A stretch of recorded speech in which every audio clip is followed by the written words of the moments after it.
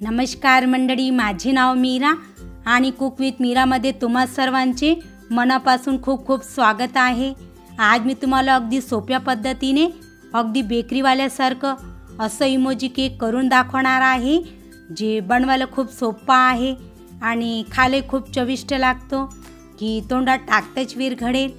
तर येणाऱ्या नवीन वर्षात तुम्ही हा केक नक्कीच बनवा, जे सर्वांना खूप आवडेल। तर चला सुरू करूया। तर यासाठी सर्वात आधी मी एका बाउलमध्ये 1 कप दही घेतले आहे। आता यामध्ये 3/4 कप साखर घालायची व 1/4 कप तेल, ज्यामुळे केक सॉफ्ट आणि स्पंजी बनेल। आता सगळे साहित्य छान फेटून घेऊयात। तर आपण याला व्यवस्थित फेटून घेतले आहे। आता यामध्ये घालण्यासाठी मी इथे 1 कप मैदा घेतला आहे, ज्याला मी चाळणीने स्वच्छ चाळून घेतले आहे। तर थोडं थोडं करून यात मैदा घालूया आणि व्यवस्थित मिक्स करून घेऊयात, ज्यामुळे यात गुठळ्या राहणार नाही।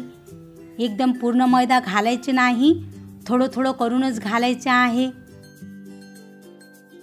तर आपण याला व्यवस्थित मिक्स करून घेतले आहे। आता याला झाकून 5 ते 7 मिनिटं रेस्ट होऊ द्यायचं, कारण आपण यात मैदा घातला आहे ना, तर तो छान फुलून येईल।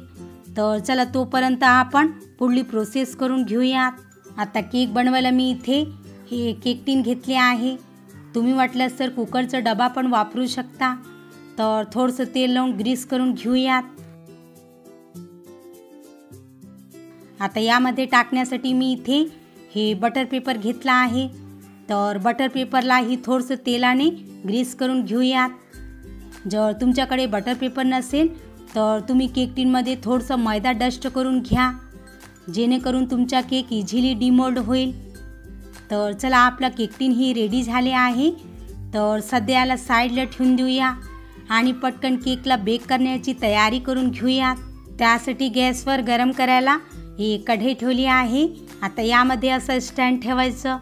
जर तुमच्याकडे स्टँड नसेल तर तुम्ही यात वाटी किंवा प्लेट पण ठेवू शकता। आता लीड लावून 5 ते 7 मिनिटं मीडियम फ्लेमवर प्री हीट होऊ द्यायचं। तर चला तोपर्यंत आपण बॅटरला चेक करून घेऊयात। पहा, बॅटर छान सेट झाला आहे आणि थोडं घट्टही झालेलं आहे।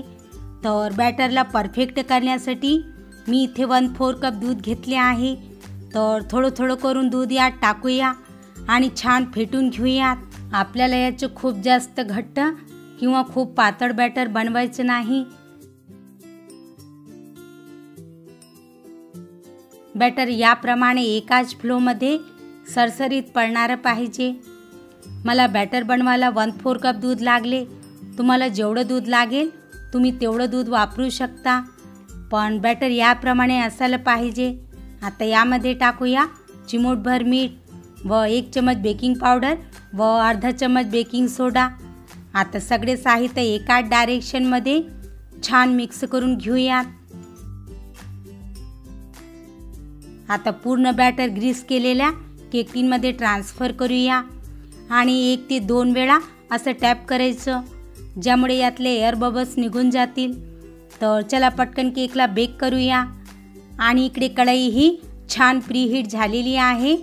तर सावकाश घाई न करता केक टीनला कढईच्या मधोमध ठेवूया।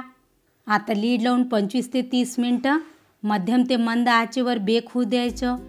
तर चला तोपर्यंत आपण केकला डेकोरेट करण्याची तयारी करून घेऊयात। तर सर्वात आधी आपण शुगर सिरप तयार करून घेऊयात। त्यासाठी मी एका बाउलमध्ये 1/4 कप पाणी घेतले आहे। आता यामध्ये 2 ते 3 मोठे चमच पिठी साखर घालायची आणि व्यवस्थित मिक्स करून घेऊयात। तर चला आपली शुगर सिरप ही बनवून तयार झाली आहे। आता पटकन केकसाठी क्रीम तयार करून घेऊयात। त्यासाठी मी इथे एका बाउलमध्ये 1 कप क्रीम घेतली आहे, जे सहज मार्केटमध्ये मिळू शकते। तुम्ही कोणत्याही कंपनीची क्रीम वापरू शकता। आता यामध्ये थोडंसं येलो फूड कलर टाकूया, कारण इमोजी येलो असते ना। तुम्हाला जो कलर आवडत असेल तुम्ही तो कलर टाकू शकता किंवा प्लेन पण बनवू शकता। आता मिक्सरच्या मदतीने 5 ते 7 मिनिटं क्रीमला छान व्हीप करून घेऊयात। तर आपली क्रीम ही व्हीप झालेली आहे आणि रंगही खूप मस्त आलेला आहे। तर चला इकडे 30 मिनिटे ही झालेली आहे। तर केकला चेक करूया। वाव, किती छान मस्त टम्प फुगला आहे। तर टूथपिकने चेक करून घेऊयात।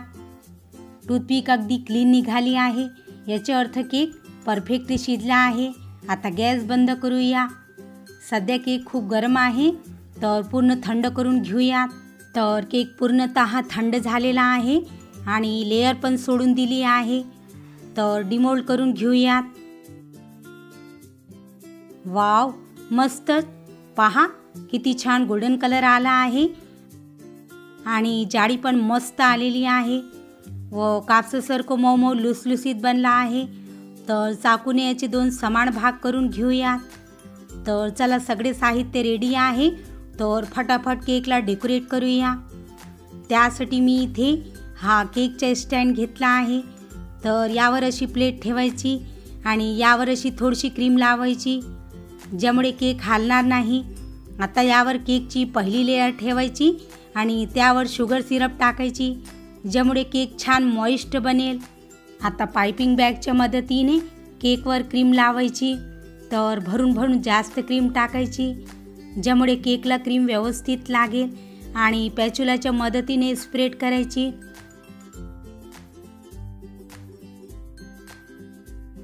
तर पहा, केकची पहिली लेयर बनून तयार झाली आहे। आता यावर थोडंसं पायनॅपल क्रश टाकूया, जे सहज मार्केटमध्ये मिळू शकते। हे टाकणे ऑप्शनल आहे, बट याने केक अगदी बेकरीवाल्यासारखं खूप टेस्टी बनेल।